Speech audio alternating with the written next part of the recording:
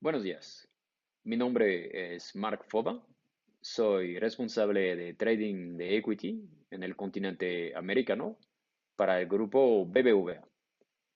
Hoy les vamos a presentar un segmento de la industria en el cual BBVA es número uno en México, los derivados de equity. ¿Qué son? ¿Quién los opera? ¿Y dónde? Sin más tardar, empezamos.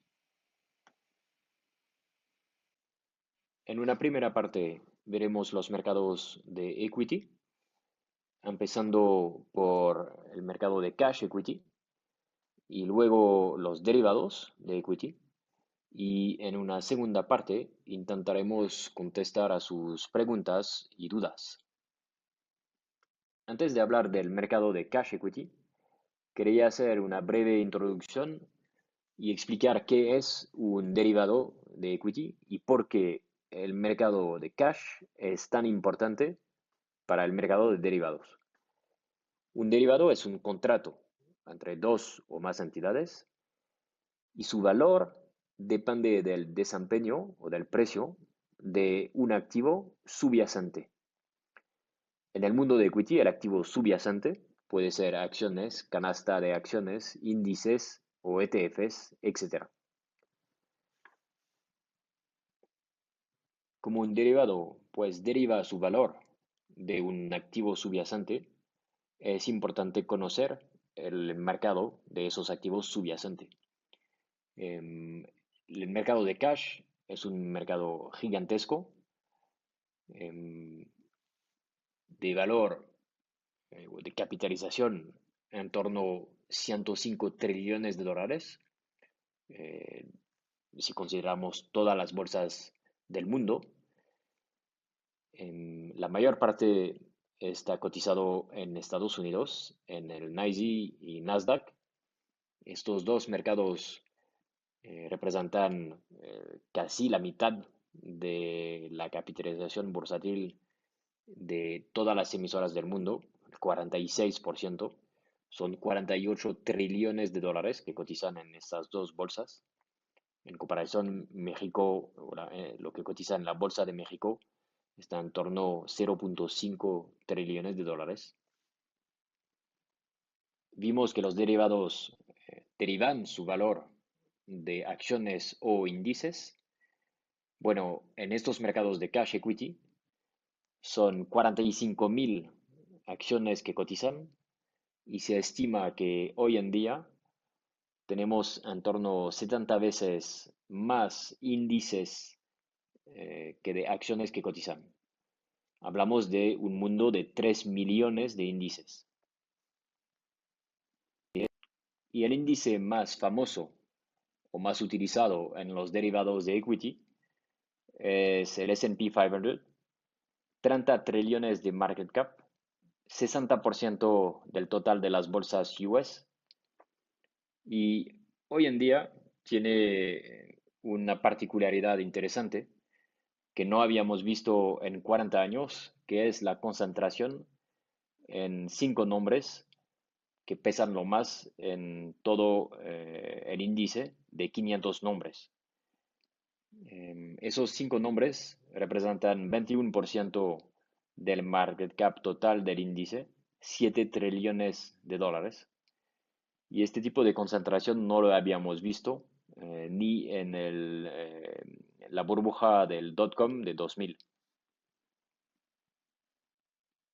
Y otro índice muy utilizado en derivados de equity, sobre todo en México, el MEXBOL, 0.5 trillones de dólares equivalente de market cap. Y también tiene una concentración muy alta porque el top 5 representa 52% del índice. Y para acabar con la medición del mercado de equity, creo interesante ponerlo en perspectiva y compararlo con otros mercados conocidos o mundos famosos. Por ejemplo, el mundo de los billionaires son 2.000 personas, la riqueza de los cuales está evaluada en torno a 8 trillones de dólares. Es la vara chiquita a la izquierda del gráfico. O el oro, todo el oro salido de tierra tiene un valor evaluada a 11 trillones de dólares, del cual 47% está hecho en joyas. Señoras, tienen en sus manos una muy buena parte del tesoro del mundo. Luego, el mercado de equity que acabamos de ver, 105 trillones de dólares.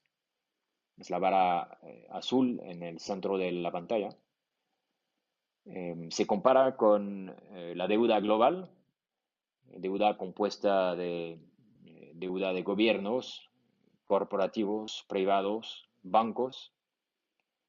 Está evaluada en torno a 250 trillones de dólares, 2 veces y medio la capitalización del mercado de equity, 3 veces el PIB mundial. Y por fin, los derivados, la vara gigantesca a la derecha del gráfico. Este mundo de derivados tiene un nocional evaluado en torno a 1 cuadrillón de dólares, 1.000 trillones de dólares. Son 10 veces el tamaño del mercado de equity, 100 veces el valor total del oro salido de tierra. Y de eso, estimamos que 15% son derivados de equity, los cuales vamos a ver en un momento. En resumen, el mercado que sirve de base al mundo de derivados de equity, que es el mercado de cash equity que acabamos de ver, es enorme. El PIB mundial, 80 trillones de dólares. El mercado de cash equity, 105 trillones de dólares. 45.000 acciones, 3 millones de índices. Seguimos. Antes de seguir, quería aclarar quizás un concepto que he mencionado en el gráfico o en la comparación del mercado de cash equity, donde hemos visto que el mercado de derivados tiene un nocional evaluado en torno a 1.000 trillones de dólares. El nocional de un derivado es el valor total del activo subyacente al contrato. Sirve de monto de referencia y se utiliza para calcular el valor de este mismo contrato. La prima es simplemente el valor de este contrato. Tomamos un ejemplo. Consideramos una call, una opción, un mes sobre Apple de strike 130. Veremos luego un poco más en detalle. Pero este contrato da el derecho al comprador de recibir una acción de Apple a 130 dólares en un mes. Este contrato cotiza y vale 1.20 dólares. Ese es la prima del contrato. 1.20 es la prima del contrato. El nocional, al contrario, es una acción de Apple por su precio, 130 dólares. Es decir, el nocional de este contrato call de comprar Apple a 130 en un mes es 130 dólares. Si el contrato, por ejemplo, se refiere a 5 acciones de Apple y no solamente una, pues el nocional de este contrato será 5 veces 130, que son 650 dólares. El nocional será 650 dólares. Y a su vez, la prima sería 5 veces 1.20, que son 6 dólares. Usualmente en las bolsas, por ejemplo en México o en Estados Unidos, los contratos calls y puts sobre acciones se refieren a 100 acciones. En el caso que vimos, el nocional de un call sobre Apple de strike 130 sería 100 multiplicado por 130, $13.000 de nocional. Con esto aclarado, podemos continuar. Y después de hablar más o menos 10 minutos de derivados, vimos que el mercado de derivado es el más grande del mundo. Entendemos nocional, conocemos el tamaño del mercado subyacente, pero al final, la pregunta quizás más interesante de toda la presentación, ¿este producto derivado a qué sirve? Sirven de dos cosas. La primera es cobertura y la segunda, especulación. La cobertura es la razón fundamental por la cual empezaron a operar estos contratos derivados en la historia. Por ejemplo, los contratos de tulipas empezaron a operar en el siglo XVII. Los contratos sobre el arroz empezaron a cotizar en el siglo XVIII. Estos productos servían a proteger el productor contra variaciones en precio en el futuro. Por ejemplo, si yo soy productor de pan y que cada mes necesito comprar una tonelada de harina para hacer mi pan. Hoy en día, el kilo de harina vale 10 pesos. Para asegurar que mi margen en mi producción va a seguir la misma en un mes, puedo cubrir o asegurar que en un mes cuando voy a comprar una tonelada de harina, me va a costar lo mismo. Lo que hago como buen productor de pan, me volteo con el mejor banco de mi ciudad, claramente BBVA, y averiguo el precio del futuro de la harina que cotiza por un kilo de harina. Este futuro cotiza en mercado a 10 pesos y 20 centavos. Le pido comprar 1000 contratos. Así estoy cubriendo mi producción de una tonelada o mi necesidad de una tonelada de harina. Me cuesta 20 centavos por 1000, 200 pesos, y así cubro toda mi producción de pan para el mes siguiente. Claramente, si yo como productor he podido comprar este derivado o estos derivados futuros en el mercado, es que alguien los vendió. Y aquí vamos a ver la segunda utilización que se hace de los derivados, que es la especulación. Un especulador que conoce perfectamente el mercado subyacente, el mercado de la harina, y sabe que hay un inventario enorme de harina por llegar, opina que el precio de la harina en un mes no debería subir, al contrario, debería caer y bastante, pues especula y vende esos futuros en el mercado a 10 pesos y 20 centavos para intentar realizar una ganancia en un mes. Otro ejemplo sería una Afore que está por definición muy invertida en el mercado de renta variable de México, eh, muy largo de acciones. Quería prevenir una eventual caída de mercado y proteger su libro y proteger la inversión de todos los pensionistas. Lo que hace es compra una put sobre, por ejemplo, el Mexbol a 3 meses o 6 meses, y este put tiene una prima de, digamos, 6%. Claramente es algo, y el Afore puede decidir al mismo momento de comprar esta put para hacer la cobertura de su libro, especular de una cierta forma y minimizar el precio que paga para su cobertura de 6%, vendiendo una call, eh, digamos, 105%, eh, para minimizar otra vez el precio de la compra de su cobertura.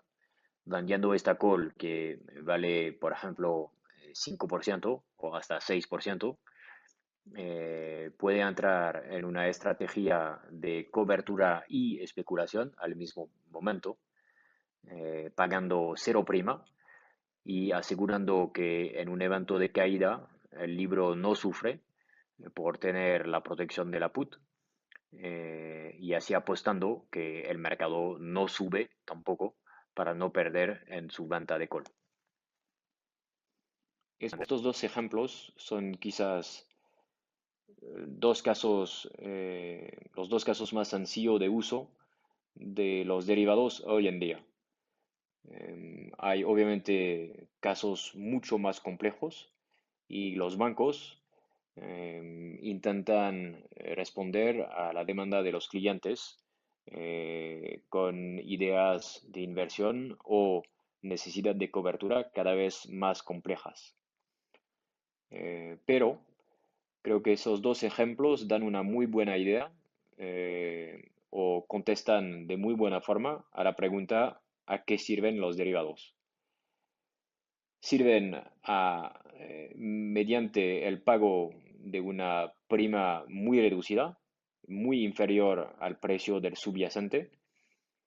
Sirven a proteger o a especular sobre el mismo subyacente. O dicho de otra forma, sirven de cobertura o de especulación por la simple razón de que el contrato derivado tiene un valor que depende del valor del subyacente. Entenderán que la valoración correcta de los derivados es una pieza fundamental al negocio de derivados. Existen muchos modelos para valorar los derivados y unos específicos para valorar los derivados de equity. Hay unos muy famosos y ahora podríamos casi decir antiguos, que son los de Black-Scholes, 1968, o el modelo binomial de Cox-Ross-Rubinstein, 1979, que siguen muy utilizados hoy en día. Claramente, la complejidad de los modelos de valoración reflejan la complejidad del derivado que intenta modelizar. Hay una cosa que es cierta para todos esos modelos, de los más sencillos a los más complejos, es que todos utilizan parámetros como input, como por ejemplo tasa de interés, dividendos, volatilidad, correlación, etc. Y para valorar de manera correcta cualquier derivado, es crucial eh, evaluar de manera correcta estos parámetros. El parámetro estrella del mundo de derivados de equity es la volatilidad. Quizás en 2020, en marzo o abril, el parámetro dividendo quiso robar el top spot a la volatilidad, pero no quita que la volatilidad es un parámetro bastante complejo en estimar y por lo tanto es un factor muy diferenciador en la calidad del servicio que un banco ofrece a sus clientes. En este segmento, el equipo de Equity Trading Américas de BBVA está muy reconocido por sus clientes. Por ejemplo, cada semana corremos unas análisis bastante profunda de la volatilidad, del parámetro volatilidad, y sacamos para nuestros clientes unas listas de activos subyacentes que tienen un parámetro volatilidad interesante para comprar o interesante para vender y les ayuda a estructurar o a orientar su gestión de sus libros. El trabajo de una mesa de trading de derivados de equity en un banco es bien diferente del ejemplo que acabamos de dar de un especulador que tomaba la posición opuesta a un productor. La gestión que tenemos es una gestión donde cada día la mesa rebalancea el riesgo del libro entero para asegurar la menor exposición posible a los movimientos de mercado. Gestionar un libro entero eh, solo con la valoración de los derivados no es factible. Un libro de derivados usualmente contiene miles hasta millones de posiciones y necesitamos de una cierta forma sintetizar el riesgo del libro a movimientos de mercado. Para eso, utilizamos derivadas matemáticas, que llamamos griegas, que nos indican la sensibilidad de un libro entero a movimiento de los parámetros que acabamos de ver. Por ejemplo, la delta nos indica el cambio de valor del contrato derivado contra un cambio de valor del activo subyacente. La vega nos indica un cambio de valor del derivado contra un cambio de valor en la volatilidad, parámetro que acabamos de ver. Y estas griegas nos permiten medir de manera sintética el riesgo completo de un libro. Estas griegas permiten de manera sencilla de cubrir un libro complejo con instrumentos más sencillos, derivados o hasta aún el activo subyacente. Derivados más sencillos operan mucho en bolsas y también de manera over the counter, OTC. Un contrato listado se opera en bolsa, por ejemplo, MEXDR o CBOE, CME, bolsas americanas. Su valor está publicado y operable constantemente. Hay market makers o formadores de mercado que en cada instrumento listado en esta bolsa proporcionan un precio en cada instante. La liquidación está hecha en un clearing house y es esta casa de liquidación que asume el riesgo de default eventual. Usualmente los contratos listados son más simples, se llaman vanillas.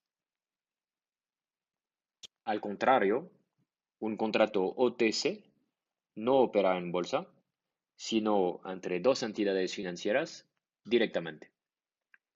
Las entidades tienen un riesgo de contraparte, default, y los contratos o productos son usualmente más complejos o hechos a la medida.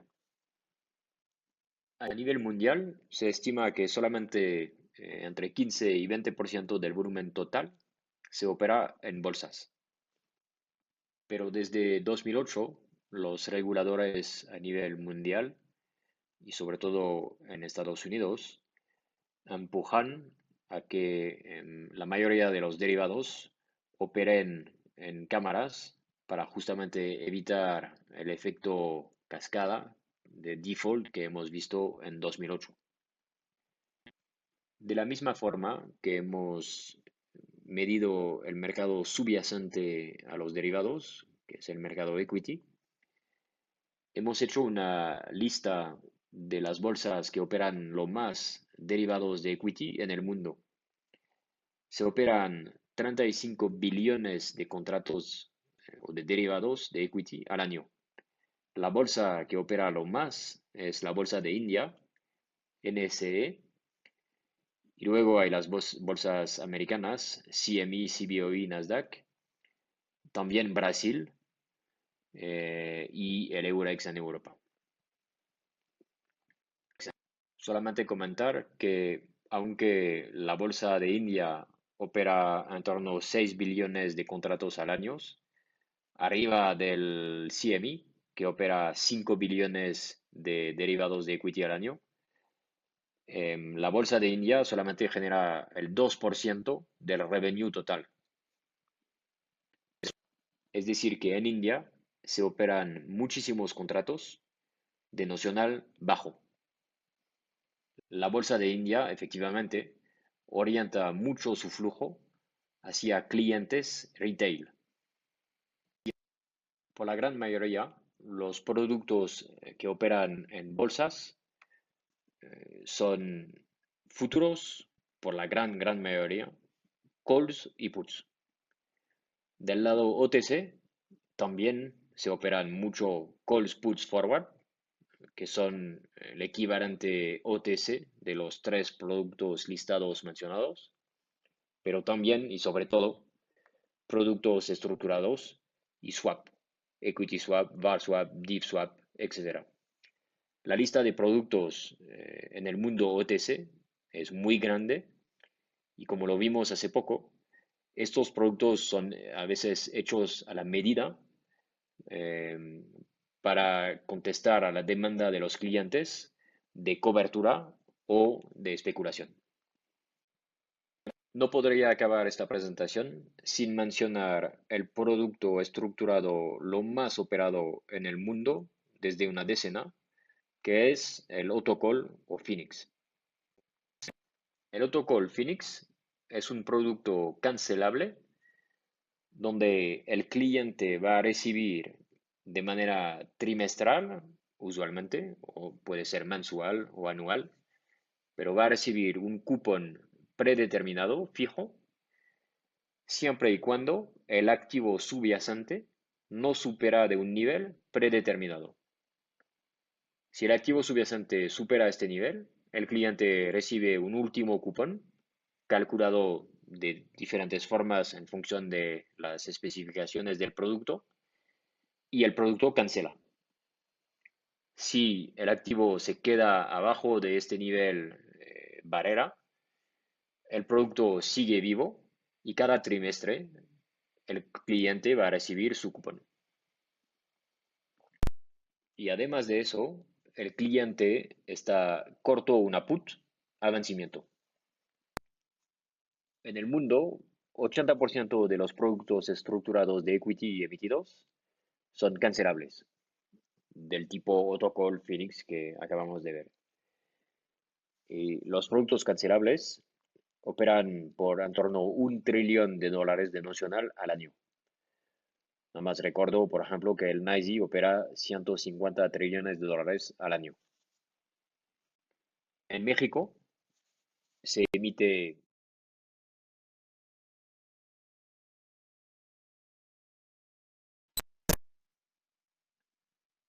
Con eso hemos dado una primera vuelta interesante al mundo de derivados de equity y ahora pasamos a la segunda parte de la presentación. Vamos a intentar contestar a sus preguntas.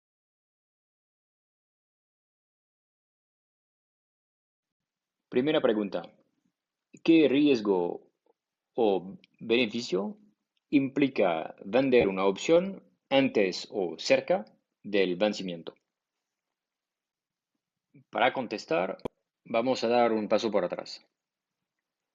Comprar una opción, como se acuerdan, vimos en la presentación, permite cubrir o especular pagando una prima muy inferior al nivel del subyacente, con la idea de ganar mucho en caso de que el subyacente acabe in the money.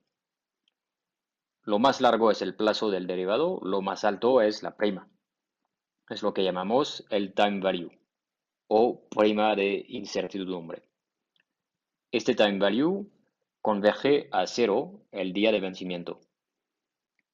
El contrato derivado, él no cambia durante su vida. Solamente su prima es más alta eh, con un plazo alto que cerca del vencimiento. Entonces, comprar una opción permite cubrir o especular. Por otro lado, el único interés de vender una opción es justamente la prima. Y vender una opción cerca del vencimiento es vender una prima muy baja y su ganancia máxima es esta prima baja. Al contrario, su riesgo es mayor. Por eso, vender una opción muy cerca de su vencimiento no tiene mucho sentido. Pregunta número 2. ¿De qué depende la prima de una opción? Pues primero, la prima de una opción depende del nivel o performance del activo subyacente, pero también de los parámetros que vimos: volatilidad, dividendos o dividendos futuros, tasa de interés. Y cada contrato, cada derivado, tiene una sensibilidad diferente a estos parámetros. Por ejemplo, la prima de una call sube si el subyacente sube, sube si la volatilidad sube, sube si la tasa de interés sube, pero baja si los dividendos suben. Y al contrario, otro ejemplo, la prima de una put sube si el subyacente baja. Pregunta número 3. ¿Qué liquidez tienen las opciones sobre subyacentes mexicanos? Pues depende. Las opciones que operan lo más de los subyacentes mexicanos son las opciones sobre MEXBOL y las sobre EWW, el ETF de México. La mayor parte de estas opciones operan fuera de las bolsas, fuera de MEXDER. Hay volúmenes muy grandes en opciones de MEXBOL, operaciones de nocional mayor a 100 millones de dólares para opciones de corto plazo, y la mayoría opera en OTC. También podemos mencionar opciones que operan en Estados Unidos sobre subyacente mexicanos, sobre los ADRs de empresas mexicanas. Estas opciones operan en bolsas US, el CBOE. La pregunta número 4 es un poco similar a la anterior, solamente quería aprovecharla para mencionar otro tipos de opciones que las vanilas que operan en bolsa. En la pregunta anterior hemos mencionado opciones vanilas, sencillas, y la mayoría operan OTC, aunque hay un cierto volumen en la bolsa MEXDER. Del otro lado, en el segmento OTC hay muchísimas opciones que operan, que son un poco más complejas. Por ejemplo, los autocalls, productos estructurados que forman parte del segmento OTC del negocio, que no operan en bolsa y añaden quizás a la proporción de opciones que operan OTC y no en bolsa. Pregunta número 5. ¿En qué tipo de plataforma puedo seguir la evolución de un derivado sobre subyacente mexicano? Para inversor institucionales hay las plataformas usuales y el acceso al mercado directo a MEXDER. Son plataformas caras y a veces restringidas a público profesional. Para inversor privado o persona física, también hay plataformas más accesibles, más baratas, como por ejemplo Interactive Broker, que ofrece un acceso a muchos mercados, inclusive el mercado mexicano. Pregunta número 6. ¿Qué es una llamada de imagen? ¿En qué caso se hace? ¿Y cuál es la regulación al respecto? Vimos que la gran ventaja de operar en bolsa es la mitigación del riesgo de default, riesgo de contraparte, en un contrato derivado. En efecto, la bolsa se pone como garantor del settlement correcto del contrato derivado. Para poder asumir este rol, la bolsa pide depositar al inicio de una operación de derivado una cierta margen determinada según criterios establecidos. Estos criterios están determinados por el regulador del país donde se opera y de la bolsa, del exchange, en el cual se opera el producto derivado. Durante la vida del contrato, es decir, cuando la prima varía, aunque sea solamente por el tiempo que pase, la bolsa, considerando la prima recalculada del contrato, actualiza el margen necesario y lo pide a las contrapartes para que lo depositen en las cuentas de la bolsa o del clearing house, de la casa de liquidación. Este proceso se llama llamada de margen. Pregunta número 7. ¿Por qué los subyacentes US son más operados? Pues por la liquidez gigantesca que tienen, acuérdense que las dos bolsas NYSE y Nasdaq representan casi la mitad del market cap mundial. En NYSE solo se opera en torno a 150 trillones de dólares al año. Y es cierto que desde 2 o 3 años los activos US están muy demandados, sobre todo las tecnologías, las empresas de tecnologías. Lo vimos en la concentración del S&P 500 hace poco en la presentación. Y con el COVID y el working from home, estas empresas fueron aún más demandadas.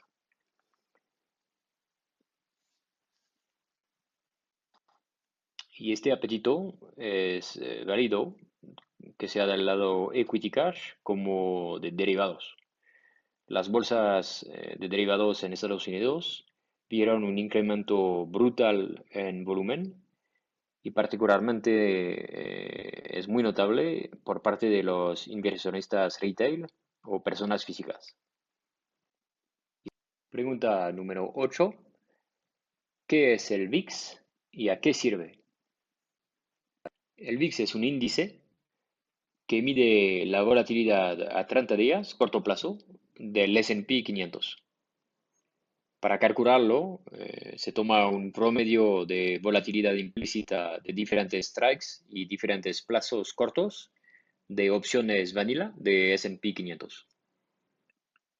Este índice permite tener una estimación de la volatilidad futura del mercado. Las primeras operaciones empezaron en 2004 con futuros de VIX y luego opciones, productos estructurados sobre VIX. Hoy en día se usa mucho como cobertura contra un incremento en la volatilidad de los mercados. Por la importancia del S&P 500, se usa el VIX como un proxy en muchos mercados, aunque existen índices similares en Europa, el B2X, por ejemplo, y también en México, el VIMEX. También se crearon muchos ETFs o fondos utilizando el VIX como base o a veces base inversa. No sé si recuerden el flash crash en febrero 2018 debido a una mala gestión del XIV o inverso del VIX. Pregunta número 9. ¿Qué es vender en corto y cómo puedo hacerlo con derivados? Pues vender en un activo en corto es vender el activo sin previamente haber comprado el activo. Es decir, es especular a la baja. Está prohibido hacerlo en cash equity, vender en contado, sin previamente tener contratado un préstamo de valores. De otra forma, se puede hacer con derivados sin tener que buscar préstamo de valores. y hay muchas formas de hacerlo. La primera y la más sencilla es vender un futuro sobre el activo, si existe, si cotiza en bolsa, o pedírselo a su banco. Vía también la compra de una put, podemos apostar a la baja. La compra de un autocall inverso,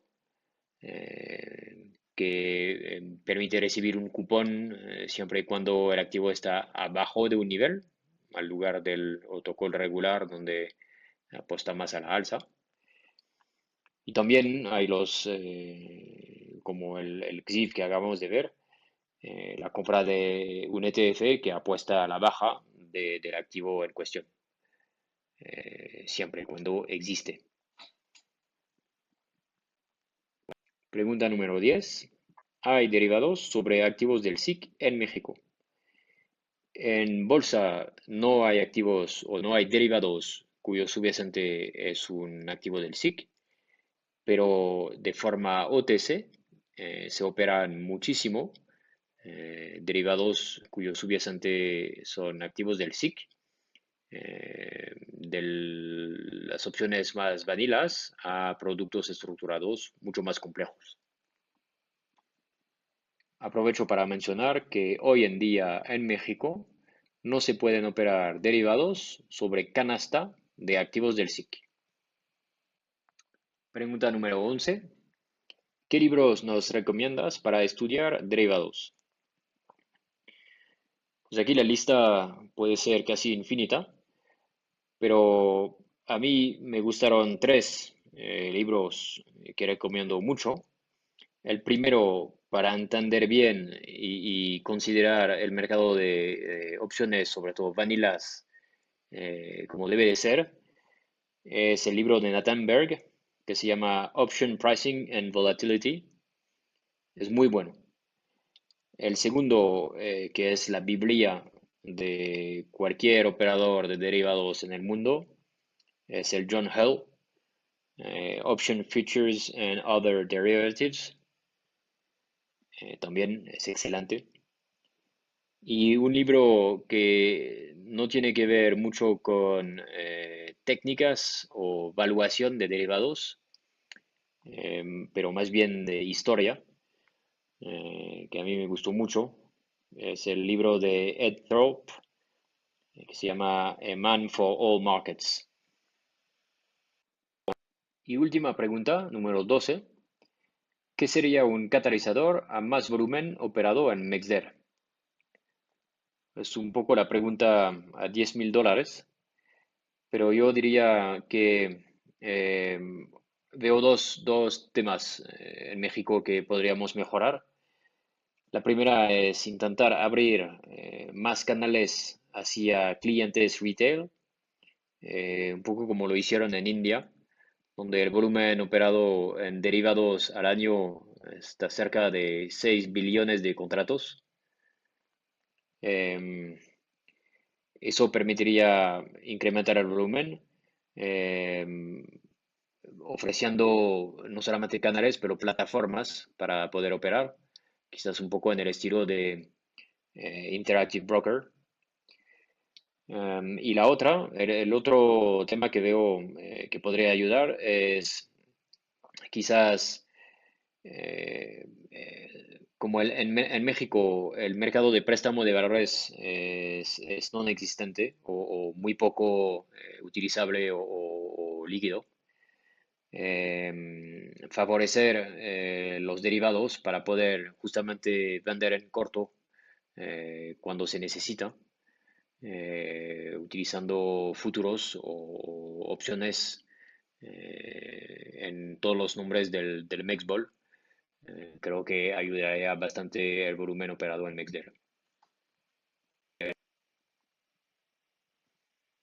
Y con esta última pregunta o contesta, acabamos la presentación de derivados de equity.